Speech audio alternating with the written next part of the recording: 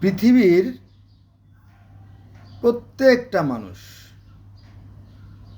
প্রতিটি মানুষ জান্নাতে বা স্বর্গে যেতে চায়।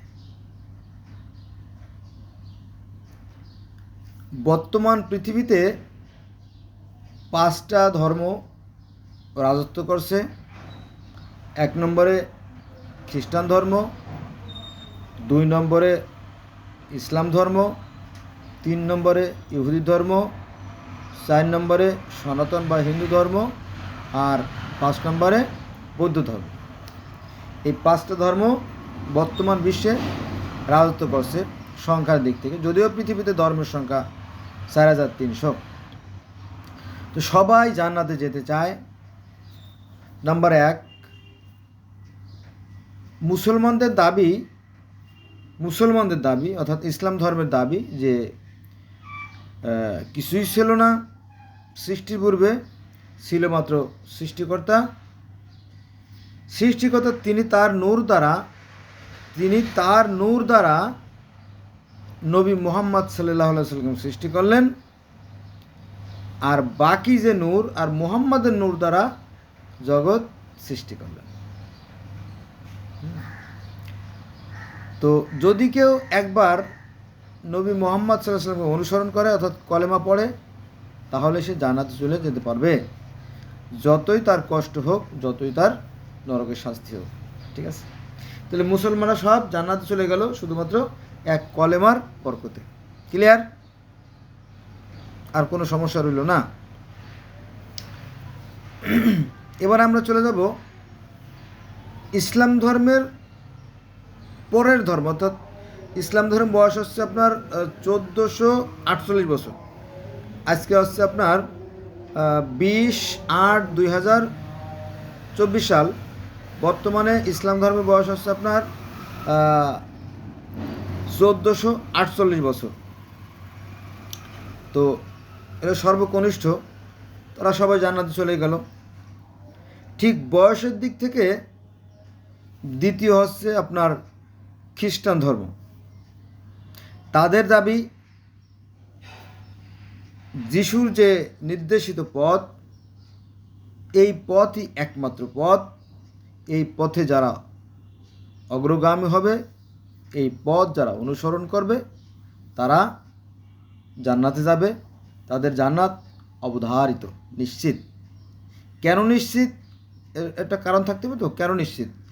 নিশ্চিত হচ্ছে এই জন্য যে এই যে ঈসা বা মসি বা মাসেহ, ইনি হচ্ছে স্বয়ং ঈশ্বরের পুত্র। ইসলাম ধর্মে কিন্তু নবী মুহাম্মদ আল্লাহর কিন্তু দোস্ত ছিল, সৃষ্টিকর্তার দোস্ত। আর এখানে হচ্ছে কি পুত্র। তাহলে পুত্র তো পিতার সম্পদ পাবেই, এটা কি শতভাগ নিশ্চিত, ঠিক কিনা?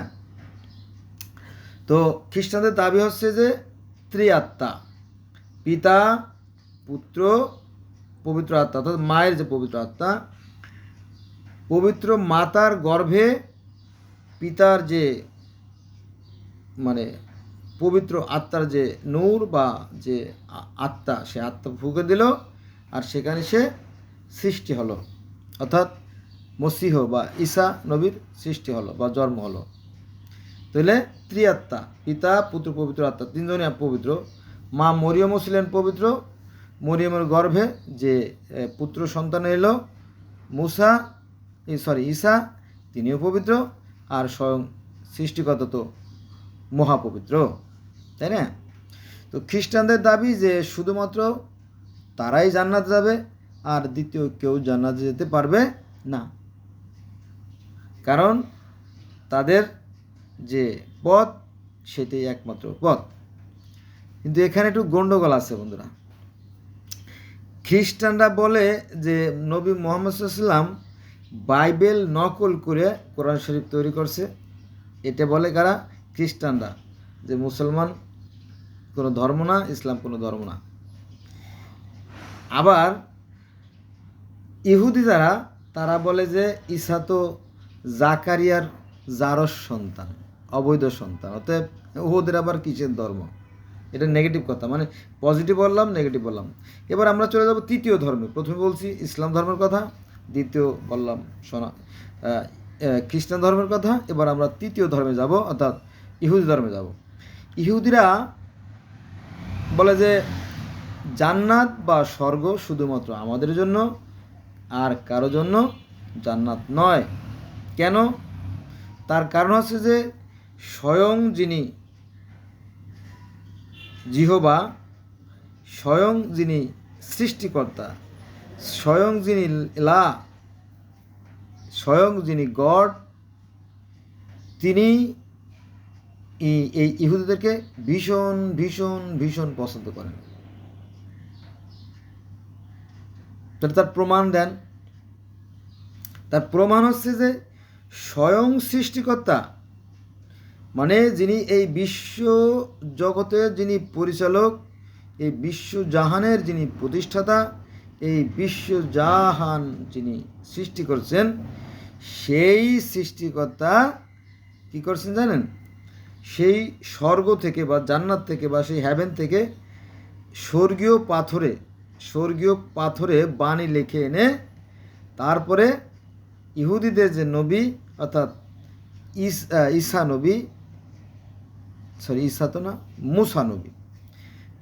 নবী, সেই মুসা নবীকে গিফট করছেন, প্রেজেন্টেশন। সেটা কি জিনিস জানেন? সেটা হচ্ছে স্বর্গীয় পাথরে, স্বর্গের দুটো টুকরো পাথরে খোদাই করা বাণী এনে স্বয়ং সৃষ্টিকর্তা তুর পাহাড়ে আসলেন। এসে সেই যে ইহুদিদের যে নবী মুসা নবী, তাকে ডাকলো, মুসা মুসা। তো মুসা বলল, এই যে আমি। বলে, তোমার জুতো খুলে ফেলো। কেন জুতা খুলে ফেলবো কেন? বলো, আমি হচ্ছি তোমার সৃষ্টিকর্তা মাবুদ আল্লাহ, আর এই জায়গাটা খুব পবিত্র, জুতা খুলে ফেলো। এই জুতো খুলে ফেললো। হ্যাঁ, তারপরে অনেক কথা হলো। এবং ওই যে দুটো যে খোদাই করা পাথর, একে বলা হয়, ইংলিশে বলা হয় 10 কমেন্ডমেন্টস। দ্যাটস মিন 10 আজ্ঞা। বাংলায় বলে কি 10 আজ্ঞা। এই কথা আমি যে কথাটা বললাম যে 10 আজ্ঞার যে পাথরের কথা, দুটো ফলক, এই কথা কিন্তু কোরআনে আছে। এই দুটো ফলকের কথা কোরআনে আছে। বুঝা গেছে বিষয়টা? তাহলে ইহুদিরা বলতেছে যে স্বয়ং সৃষ্টিকর্তা স্বর্গ থেকে খোদাই করা পাথরে বানিয়ে এনে আমাদের নবী মুসার কাছে দিয়েছে এবং বলছে যে মুসা, তুমি আমার খুবই প্রিয় পছন্দের মানুষ, আর তোমার নির্দেশিত পথ যারা অনুসরণ করবে তারাও আমার খুবই প্রিয় হবে, এবং তাদের জন্য আমি জান্নাত, স্বর্গ বা হ্যাভেন দান করব। বোঝা গেছে বিষয়টা? তাছাড়া ইহুদিরা বলে থাকে যে পৃথিবীতে একমাত্র পছন্দের মানুষ হচ্ছে এই ইহুদিরা, তারাই শুধু জান্নাতে যাবে আর কেউ না। কারণ ওই যে বললাম এর আগে যে ঈসা তো জাকারিয়া জারস সন্তান, এটা তো অবৈধ একটা গ্রুপ, এদেরকে জান্নাতে নিয়ে তো জান্নাত অপবিত্র হয়ে যাবে। আর মুসলমান তো অপবিত্র, কারণ তারা হচ্ছে নকলবাজ। তারা এই কি তাওরাত বাইবেল থেকে কোরআন শরীফ নকল করছে, ওরাও নকলবাজ। মানে তারা এইভাবে আর মুসলমানরা আবার বলে ইহুদিরা তো নবীর শত্রু, নবীর একমাত্র শত্রু আছে ইহুদিরা নবী মুহাম্মদ সাল্লাল্লাহু আলাইহি ওয়াসাল্লামকে ইসলাম প্রচার করতে দেয় নাই, এই জন্য ওরা হচ্ছে কি কাফের, ওরা যাবে দোজখে। তাহলে কি পরস্পর লেগে গেল কট। এই জন্য এই যে ধর্মের সৃষ্টি হয়েছে মূলত মানুষের সাথে মানুষের ঘৃণা, মানুষের সাথে মানুষের বিদ্বেষ, মানুষের সাথে মানুষের যে হিংসা, অহংকার, এগুলো থেকে এই ধর্মের সৃষ্টি। তাহলে আমরা প্রথমে ইসলাম ধর্ম আলোচনা করলাম, তারপরে বয়সের দিক থেকে ইসলাম ধর্ম বয়স হলো 1448 বছর, খ্রিস্টান ধর্মের বয়স হচ্ছে 2500 বছর, আর ইহুদ ধর্মের বয়স কত? 3500 বছর, তাই না? আচ্ছা, এবার আমরা চলে যাব বয়সের দিক থেকে পার্সিয়ান ধর্মে, যার বয়স প্রায় 5000 বছর। তো পার্সিয়ান ধর্মের যিনি প্রতিষ্ঠাতা জরথ্রুস্ট, উনার পিতা ছিলেন একজন পবিত্র মনের মানুষ, পুরোহিত, মানে যাজক বা ধর্মগুরু বা মাওলানা যা বলেন আর কি, অথবা পীর পীর পীর মানে যারা যা বলেন। মোটামুটি জরথ্রুস্টের পিতা ছিলেন একজন মহাপবিত্র একজন ব্যক্তি, ধার্মিক ব্যক্তি। তো একদিন যাক দেখলেন যে আকাশ থেকে, মানে আকাশ থেকে একটা জ্যোতি, একটা নূর, একটা আলো, একটা লাইট এসে তার মায়ের গর্ভে প্রবেশ করলো। তারপরে এই জরথ্রুস্টের মা গর্ভবতী হলেন এবং এক পবিত্র সন্তান জন্ম দিলেন। তো এই জরথ্রুস্টের বয়স যখন 20 বছর, তখন উনি অদৃশ্য হয়ে যান, গায়েব হয়ে যান, ওনাকে খুঁজে আর কোথাও পাওয়া যায় নাই। পরে হঠাৎ করে বহু বছর পরে, 10 বছর পরে হঠাৎ করে তিনি পাহাড় থেকে নেমে আসেন, অর্থাৎ সেই ঈশ্বরের সান্নিধ্যে তিনি চলে গেছিলেন 10টা বছর। এবং তিনি যখন সেই পাহাড় থেকে নেমে আসেন, তখন সাথে সাথে উনিও যখন নেমে আসেন, তখন কিন্তু অগ্নি ঝরছিল, আলো আলো আলোর আলোর বৃষ্টি ঝরতেছিল, আলোর বৃষ্টি ঝরতেছিল, বুঝা গেছে। তারপরে তিনি মানুষকে হেদায়েতের বাণী প্রচার করেন। ঈশ্বরের এক দূত, এই জরথ্রুস্ট একবার নদীর তিনটে নদীর সংযোগস্থল আছে, তো সেখানে তিনি বসে বসে ধ্যান সাধনা করতেছিলেন। তো সেখানে ঈশ্বর অর্থাৎ সেই সৃষ্টিকর্তার একজন দূত আসলেন, এসে বলল যে পৃথিবীর মানুষ তো অধার্মিক হয়ে যাচ্ছে, তারা ধর্ম থেকে বিচ্যুত হয়ে যাচ্ছে, তুমি ধর্ম প্রচার করো। এরকম একটা বার্তা আমরা পাই।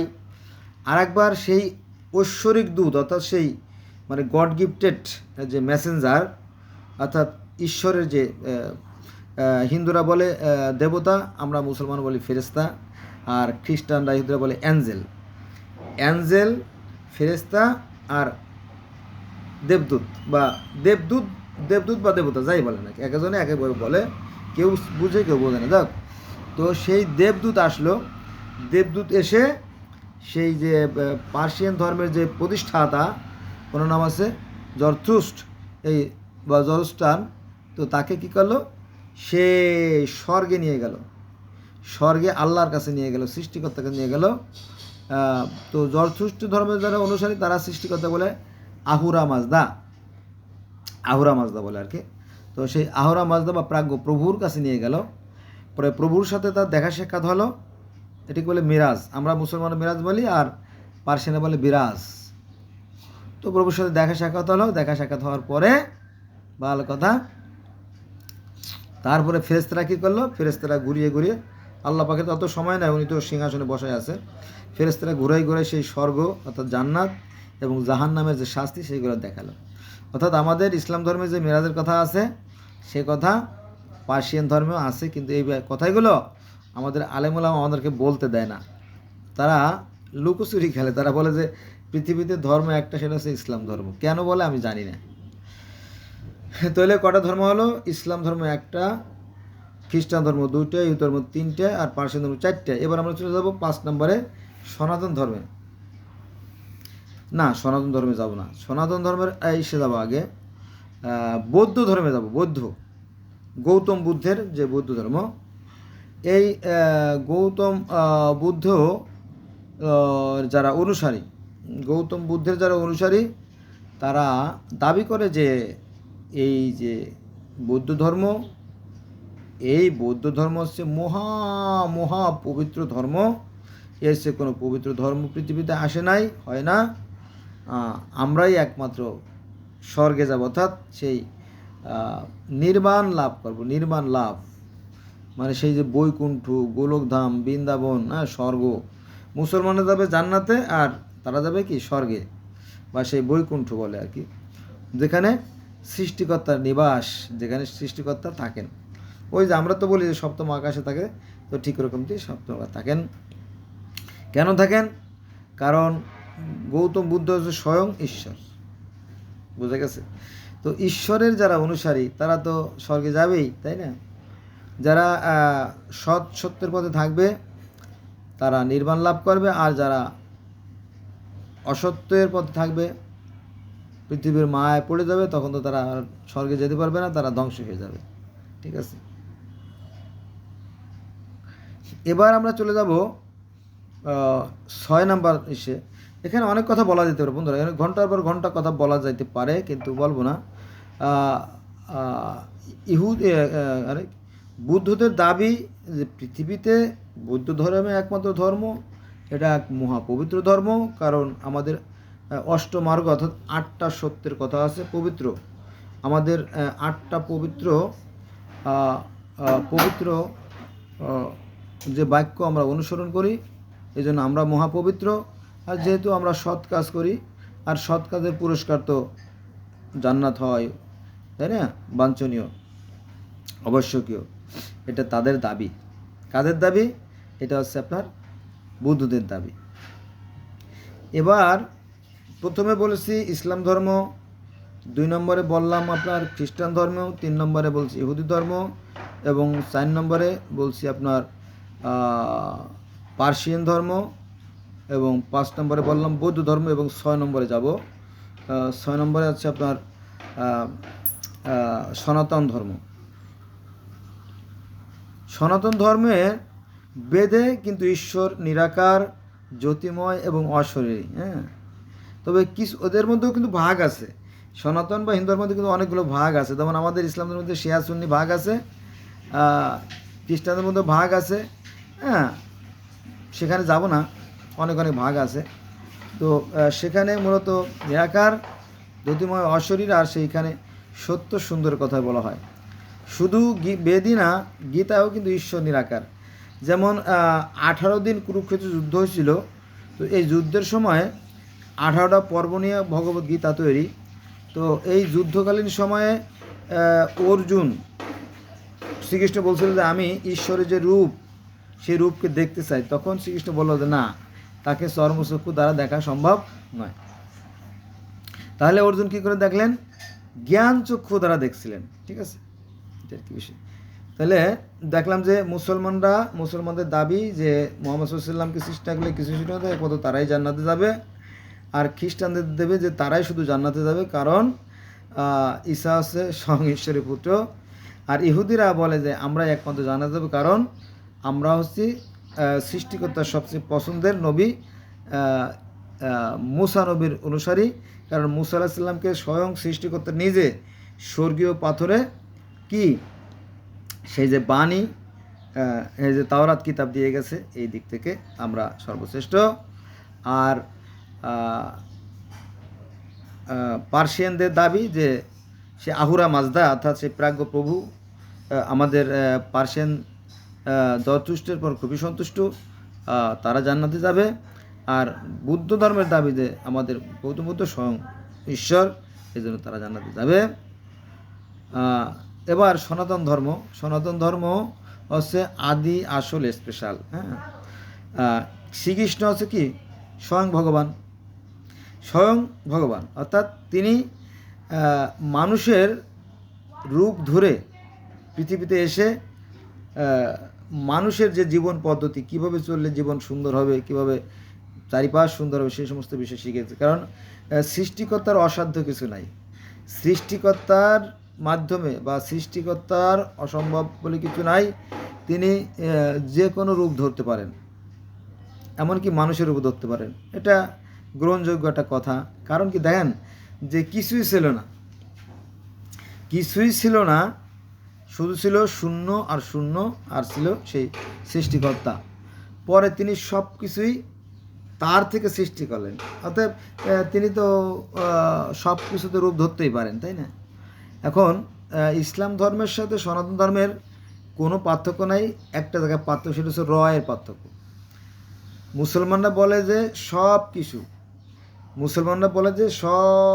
কিছু সেই আল্লাহর সৃষ্টি, আর হিন্দুরা বা সনাতন ধর্ম অনুসারে তারা বলে কি সব কিছুর মধ্যে ঈশ্বর বিরাজমান, বা আল্লাহ বা সৃষ্টিকর্তা বিরাজমান। কথাটা কিন্তু অযৌক্তিক কিছু না। কারণ তার থেকে সব কিছু সৃষ্টি, তাই না? আমরা মুসলমানরা বলি, কিন্তু সেটা বলার পরে ভুলে যাই। আমরা বলি যে সৃষ্টিকর্তার নূর দ্বারা, মানে সৃষ্টিকর্তার নূর দ্বারা মোহাম্মদের সৃষ্টি, আর মোহাম্মদের নূর দ্বারা সব কিছু সৃষ্টি, এরকম বলা হয়। হ্যাঁ, তো তাই যদি হয় তাহলে তো সেই সৃষ্টিকর্তা থেকে সব কিছু সৃষ্টি, তাই না?